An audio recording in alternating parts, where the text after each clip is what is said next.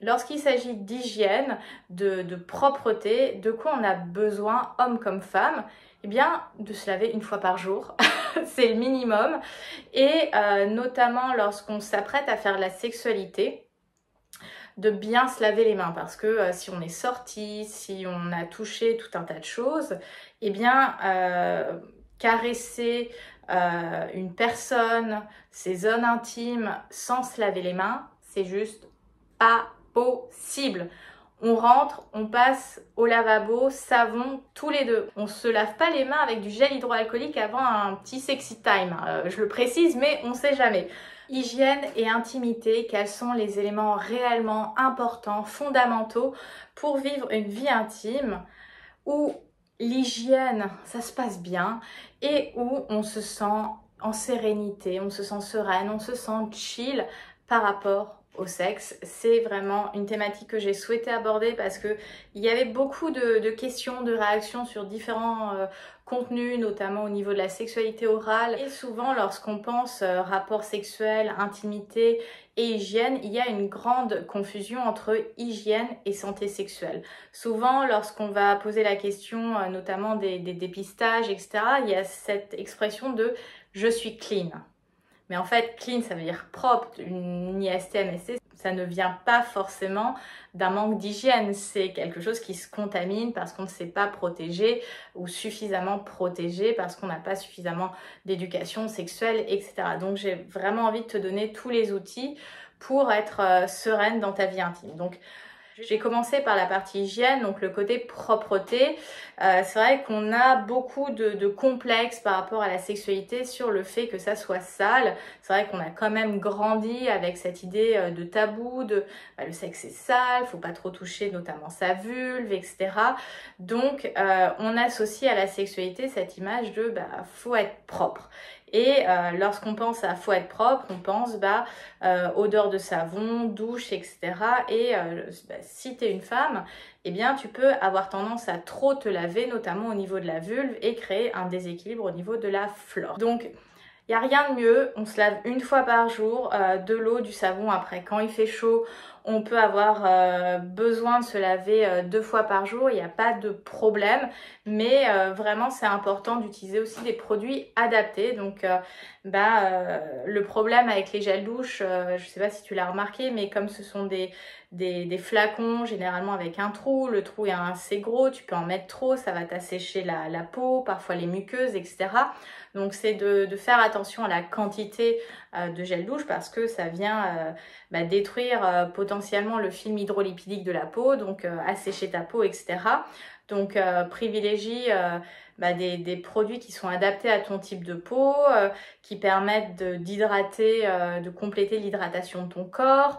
Pour les femmes, il y a toujours cette idée d'avoir potentiellement un savon dédié à la vulve. Alors, c'est recommandé, c'est pas obligatoire, mais c'est recommandé. À nouveau, la vulve n'est pas quelque chose de sale. Le vagin se nettoie automatiquement, donc voilà, il fait son job. Après, on peut nettoyer, laver les lèvres parce que on va aux toilettes, on urine, pareil au niveau de l'anus, etc. Donc oui, avoir une hygiène, mais il y a une différence entre avoir une hygiène journalière et avoir une surhygiène.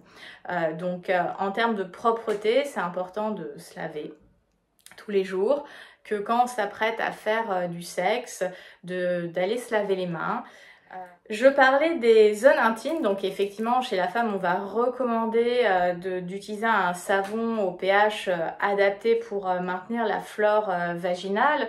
Je pense que c'est à chacune de choisir ce qui lui convient, ce qui lui permet de maintenir justement sa flore. Il faut savoir aussi que la flore vaginale va beaucoup dépendre de la flore intestinale, c'est-à-dire que en fonction de comment ça se passe au niveau de notre microbiote intestinal, ça va impacter notre flore vaginale. C'est par exemple, tu vas prendre un traitement antibio, tu peux te récupérer une mycose parce que l'antibio va venir tuer toutes les bactéries, qu'elles soient bonnes ou pas bonnes, et ça va impacter potentiellement ta flore vaginale où elle va se retrouver fragilisée. Tu vas peut-être choper un champignon type mycose. Donc, avoir une hygiène, certes, pas trop d'hygiène, donc on va pas se faire des douches vaginales, on va pas mettre un jet d'eau de savon dans la cavité du vagin, ça ne sert à rien, ça vient créer plus de problèmes enfin, on n'en a pas besoin tout simplement. Donc la vulve, elle se nettoie en extérieur, à l'intérieur, comme je disais, le vagin se nettoie. Donc on nettoie la vulve de l'extérieur, l'anus. Pour les hommes, c'est pareil. Quand on va aux toilettes, surtout si vous n'êtes pas circoncis, on pense à décaloter, essuyer la petite goutte, parce que si on vous déshabille et qu'on a une odeur d'urine, c'est un tue-l'amour, qu'on se le dise, c'est un tue-l'amour. Donc ça, ce sont des gestes vraiment du quotidien qui permettent de garder un corps frais, mais ça ne veut pas dire sans odeur. Et c'est là où c'est important pour moi d'appuyer, le corps a une odeur. C'est le muscle naturel, sans avoir transpiré, notre peau a des glandes qui libèrent une odeur, des phéromones, donc forcément chaque corps a une odeur. Un corps n'a pas une odeur de savon. Même un bébé qui naît, il a une odeur. On a tous une odeur, elle va évoluer en fonction de la puberté. Chez la femme, elle va aussi varier au niveau du cycle hormonal. Donc déjà, tout notre corps a une odeur, hors déodorant, hors parfum. C'est le muscle naturel. Et après, évidemment, au niveau de nos zones génitales, on va avoir certaines odeurs qui sont naturelles. Une vulve va sentir la vulve. Effectivement, l'odeur va être un super bon indicateur de l'équilibre de la flore vaginale. Une vulve, ça va sentir la mer. Ça sent l'iode, ça sent peut-être le poisson, mais dès lors qu'on est vers le côté poisson pourri ou ça nous donne un haut le cœur, c'est qu'il y a potentiellement un dérèglement, une infection. Donc en fait, de vouloir être trop hygiéniste, ça peut nous induire en erreur et nous couper en fait du rythme du corps, de l'équilibre du corps et d'informations qui vont être nécessaires pour potentiellement ajuster une réponse avec notre corps. Si je sens effectivement que j'ai une odeur qui est pas comme d'habitude au niveau de ma vulve, bon je vais peut-être aller consulter. Mais si je nettoie et que j'ai pas accès à cette information, eh bien ça va peut-être faire prolonger une infection sans que je m'en rende compte en fait. Et c'est pareil, un pénis va avoir une odeur. Et là-dedans, les poils vont jouer un rôle. En fait, les poils, alors je ferai une vidéo, je pense vraiment sur la pilosité et notamment au niveau des poils des zones intimes parce qu'il y a beaucoup de choses à dire et que je ne vais pas avoir le temps dans une vidéo ici de tout te dire. Mais les poils vont permettre de retenir l'odeur notamment et peuvent servir de vecteur d'excitation. Donc je sais qu'on est dans une culture un peu anti-poil, alors il y a un peu de team, il y a pro-poil, anti-poil, on est un petit peu entre les deux. La seule chose que je voulais te dire par rapport aux poils, c'est que ils sont normaux, tout le monde a des poils. Quelqu'un qui est passé par la puberté a des poils. Après, on va avoir des pilosités, des niveaux de pilosité différentes. La chose que je voulais te faire passer comme information, c'est que personne d'autre que toi n'a à décider de ton épilation. Si un homme te dit « bah non, je fais pas de cuni parce que t'es pas épilé », change de mec. Je suis un petit peu cash, mais je veux dire, si cette personne ne peut pas aller à la rencontre de ton corps tel qu'il est-ce qu'il est à ta rencontre tout court? Est-ce qu'il accepte de te rencontrer tel que tu es? Bref, donc moi je suis assez cash sur ces questions-là. Après, chacun fait comme il veut. Il y a des personnes qui vont et avoir conscience de cette influence du porno, etc. Mais bon, vont le faire parce que ça a du sens pour elles, très bien. Mais je pense que c'est important de ne pas se laisser imposer un style d'épilation. Et puis, je veux quand même le rappeler, non, ça je le ferai dans la vidéo sur les poils parce qu'il y a trop de choses à dire. Donc, au niveau des parties intimes, les parties intimes ont des odeurs, ont des textures, ont des fluides et c'est tout à fait normal. Ces fluides ne sont ni sales ni quoi que ce soit, ils sont normaux, c'est les sécrétions normales du corps. Je voulais faire un petit rappel en termes de lubrification. C'est vrai que il y a souvent la question de la salive pendant l'intimité, que la salive va être utilisée potentiellement pour lubrifier. Je veux le rappeler ici, la salive ne lubrifie pas. Elle va humidifier. C'est comme quand tu passes la langue sur tes lèvres quand elles sont sèches. Sur le coup, ça te fait du bien, mais elles vont être encore plus sèches parce que de mettre de l'eau sur ta peau, ça va l'assécher. Donc, on utilise vraiment des lubrifiants. Il y a souvent aussi cette idée avant un date, je vais me laver les dents, etc. Mais en fait, se laver les dents avant un date où on va potentiellement faire du sexe, surtout si c'est un nouveau partenaire, etc., ce n'est pas forcément recommandé. Pourquoi se laver les dents n'est pas recommandé? Eh bien, en fait, en se brossant, même si on a une brosse à dents très douce, très souple, etc., ça peut créer des micro-lésions au niveau de la gencive. Et en ayant ces micro-lésions, quand on va embrasser quelqu'un, faire de la sexualité orale, eh bien, quand on n'a pas de préservatif pour se protéger, etc., ce qui est assez rare, j'en parlerai dans la partie santé sexuelle, eh bien, on peut être contaminé par de l'herpès, par un chlamydia, par voilà, des IST, des MST ou tout simplement un virus type l'herpès lingual, etc. Donc, plutôt éviter de se laver les dents juste avant un date ou de passer le fil dentaire juste avant un date parce que eh bien, si on a les gencives un petit peu sensibles, ça va créer des lésions. Et donc, qui dit lésions dit accès au sang. Et donc, qui dit accès au sang dit potentiel risque de contamination. Donc, pour avoir la laine fraîche avant un date, si c'est en fin de journée, une pastille à la menthe, un chewing-gum, ça suffit largement, surtout si tu t'es lavé les dents le matin ou le midi. Donc ça, c'est vraiment un élément que je voulais partager dans cette vidéo. Après, je voulais parler de l'aspect santé sexuelle. Qu'est-ce que c'est que la santé sexuelle? Eh bien, c'est toutes ces actions, tout ce soin que tu peux apporter à ton bien-être sexuel, c'est-à-dire l'équilibre de ta flore intime, tes dépistages, ta contraception, ta protection, etc. Alors c'est vrai qu'on a beaucoup grandi pour le peu d'éducation sexuelle qu'on a eu, en tout cas pour les filles et les femmes, ne tombe pas enceinte, n'attrape pas de maladie, donc on était quand même sur une sexualité où la question du plaisir n'était pas trop présente. Et c'est important de parler de santé sexuelle qui fait partie en fait de notre santé globale.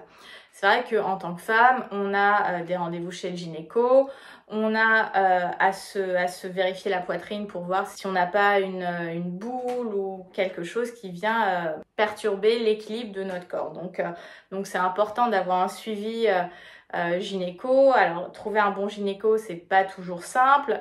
Les sages-femmes sont tout à fait compétentes de faire le suivi. Personnellement, j'ai pas réussi à retrouver un gynéco qui me convenait, donc j'ai trouvé une sage-femme qui me convient parfaitement et avec qui ça se passe super bien. Donc c'est important de trouver une professionnelle avec qui on est en confiance, avec qui on peut vraiment parler sans tabou de tous ces sujets-là. Et parfois, quand tu es en date, etc., il y a la question de j'ai besoin de me rafraîchir avant de passer au sexy time. Alors, je suis assez anti-lingette. Alors, il y a une époque, quand j'étais ado, j'avais toujours besoin d'avoir des lingettes, surtout pendant les règles, etc. Je suis maintenant assez anti-lingette parce que c'est hyper polluant, il y a beaucoup de produits un peu controversés dedans. Il y a juste une marque avec laquelle je suis ok et de les utiliser et de les recommander. C'est les lingettes MyLuby. C'est un produit que j'ai découvert en travaillant avec eux. Là, c'est pas du tout sponsorisé, mais ce sont des lingettes vraiment très douces et qui sont biodégradables. Donc en fait, tu peux les jeter dans les toilettes. Ça peut être super pratique quand voilà, tu es en voyage ou que voilà, tu as envie de te rafraîchir ou tu as tes règles et que tu as une cup et tu essayes de te dépatouiller avec tout ça. Ça peut être un produit qui te dépanne. C'est pas pour moi des produits à avoir au quotidien, mais voilà, après un rapport où tu es allé aux toilettes, tu veux te rafraîchir sans pour autant aller à la douche. Voilà, ponctuellement, je pense que c'est des produits qu'on peut utiliser. Et puis, celles-ci sentent vraiment très bon. Elles ne font pas du tout chimique ou pharmacie. Donc, je voulais le mentionner. Qu'on soit célibataire ou en couple, il y a des réflexes à avoir en termes de dépistage. Les dépistages, en fait, c'est une photographie finalement de ton corps par rapport aux IST, MST, donc infections sexuellement transmissibles et maladies sexuellement transmissibles.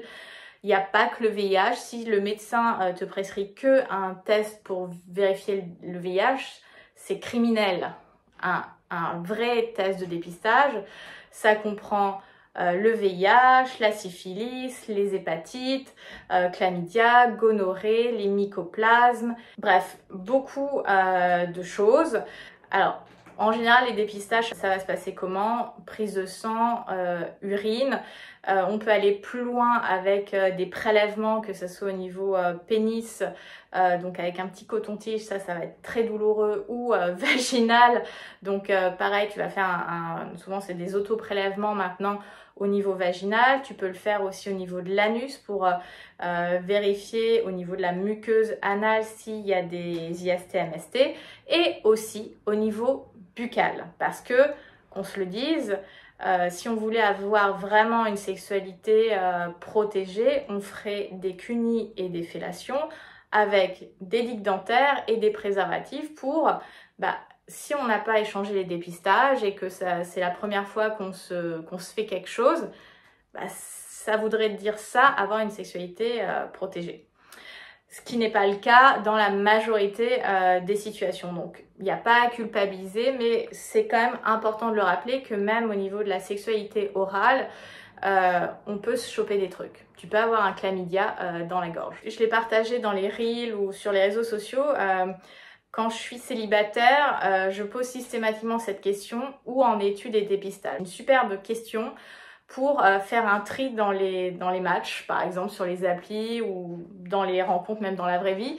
Parce que si la personne ne répond pas, botte en touche, se dit mais non mais moi je suis clean, nanana, enfin essaye de discuter, tu next. En fait, si la personne n'est pas suffisamment responsable de sa santé et de la...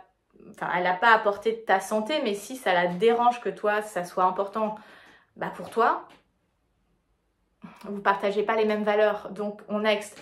Et ce que j'ai aussi constaté en posant souvent cette question à des hommes, dès lors que tu vas poser la question de t'en es où des dépistages, il y a très souvent, enfin je dirais pas systématiquement, mais je dirais peut-être un tiers des fois, la question de alors tu te protèges pas? Mais en fait c'est justement parce que je me protège et que je prends soin, je prends en charge ma santé de manière globale que je te pose la question. Te poser la question des dépistages ne veut pas dire que je mets pas de préservatif après. Donc parfois il y a un peu des logiques que je ne comprends pas, enfin c'est même pas des logiques mais des réactions de cause à effet. Je suis là mais what? En fait c'est justement parce que je fais extrêmement attention à ma santé que je te pose la question. Après il y a la différence entre l'aspect IST, MST et l'aspect grossesse. Je veux dire, pour des femmes, surtout notre génération trentenaire, on s'est de plus en plus désolidarisé de la pilule. Alors je dis pas que c'est toutes, mais on est beaucoup à avoir arrêté la pilule il y a 2, 3, 4, 5 ans parce qu'on avait envie de découvrir notre corps à l'âge adulte sans hormones. Et donc pour un certain nombre d'entre nous, notre moyen de contraception tant avec les IST, MST et la grossesse, ça va être le préservatif. Après, il y a plein de modes de contraception, à chaque femme de trouver le moyen qui lui correspond. Mais en fait, si je te pose la question des dépistages, je te pose pas encore la question de la contraception. Donc, je pense que ce sont des questions à aborder parce qu'elles permettent de savoir si on partage déjà des valeurs de communication, d'honnêteté, de clarté en fait. Et ça, c'est fondamental en fait. Si on est prêt à se mettre nu avec quelqu'un dans un lit ou pas dans un lit, mais qu'on n'est pas prêt à faire preuve de cette vulnérabilité, de cette transparence dans la communication, parce qu'on est des êtres supposés responsables, en fait, qu'est-ce qu'on va se faire chier à coucher avec quelqu'un si je peux pas lui parler de contraception et de dépistage? Ça c'est pas cohérent en fait. Donc, se mettre à nu physiquement, ça demande aussi d'être responsable par rapport à sa santé sexuelle, et donc les deux éléments ont besoin de communiquer. Et si la personne elle comprend pas, en fait ça ne sert à rien de passer au lit avec elle. C'est clair. Et après il y avait un dernier élément que je voulais partager plus spécifiquement au niveau de la flore intime. Comme je disais, la flore intime va notamment au niveau vaginal, mais après ça peut aussi arriver chez les hommes, va extrêmement dépendre de notre flore, de notre microbiote au niveau intestinal. Donc c'est important en tout cas pour les femmes, je vais pas parler pour les hommes, mais là je vais parler plus pour les femmes, de faire des cures de probiotiques. Enfin tout le monde devrait faire des cures de probiotiques parce que ça fait énormément de bien pour l'intestin, pour la digestion, etc. Et il y en a qui sont spécifiques pour le microbiote intestinal. Il y en a qu'on va prendre au niveau oral pour le microbiote vaginal. Voilà, je pense que ce sont des actes de prévention qui peuvent être importants et qui peuvent voilà, nourrir un état de santé sexuelle global. De faire des cures de probiotiques, d'avoir une hygiène de vie globale plutôt saine pour maintenir un équilibre, une harmonie tout simplement dans notre corps. Donc voilà cette longue vidéo autour de l'hygiène et de l'intimité. J'espère que ça te permettra d'y voir plus clair. Je te mettrai aussi tous les dépistages qui sont importants, comme ça tu auras une vision plus précise dans la box de description. Si tu veux aller plus loin, je t'invite à aller visionner cette vidéo sur faire durer, prolonger le plaisir que j'ai publié la semaine dernière, qui est vraiment pour moi une pépite de vidéo. Donc je t'invite à aller la voir justement pour vivre encore mieux ta vie intime et que le plaisir soit au rendez-vous tout simplement.